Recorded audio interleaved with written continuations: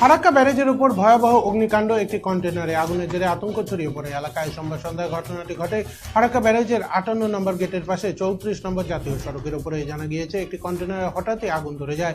তখনই একজন motor bike নিয়ে যাওয়ার সময় দেখতে পাওয়া যায়। তখন গাড়ির চালককে জানানো হলে গাড়িটি থামিয়ে দেওয়া হয়। ছুটে আসে সিআইএসএফ জওয়ান ও ফারাক্কা থানার পুলিশ। খবর দেওয়া হয় দমকলের একটি ইঞ্জিন এসে আগুন নিয়ন্ত্রণে আনে এবং যদিও পরে পরিস্থিতি নিয়ন্ত্রণে আসে।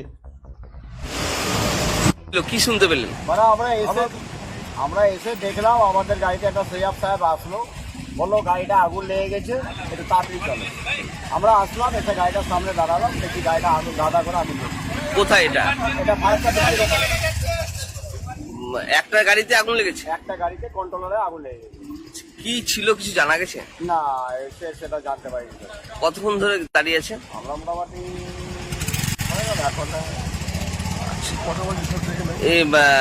তার জন্য কি রাস্তা পুরো জাম হয়ে আছে? ফারাক্কা ব্যারেজ এখন যাতায়াত বন্ধ? হ্যাঁ, যাতায়াত বন্ধ আছে।